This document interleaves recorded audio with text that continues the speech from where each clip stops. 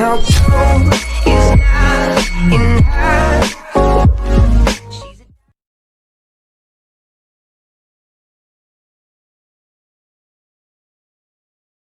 Top 10 evil women in history.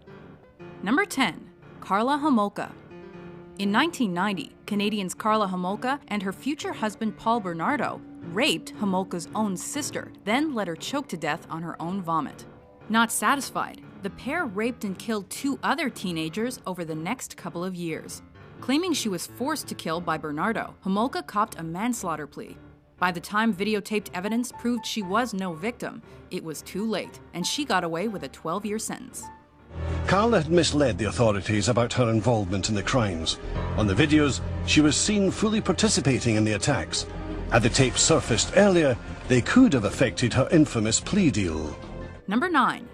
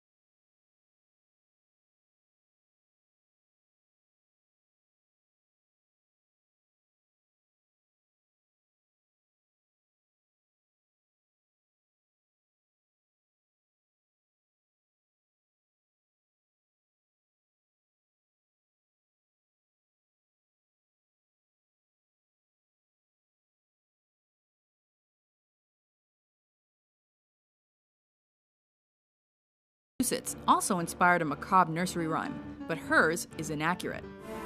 Lizzie Borden took an axe and gave her mother 40 whacks, and when she saw what she had done, she gave her father 41. Mrs. Borden only got 18 or 19 whacks, her father 10 or 11.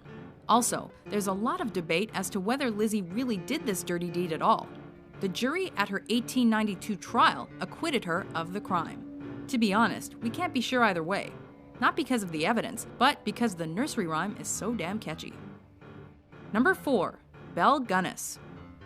Gunness is thought to have killed at least 25 people, but the real number might actually be closer to 40.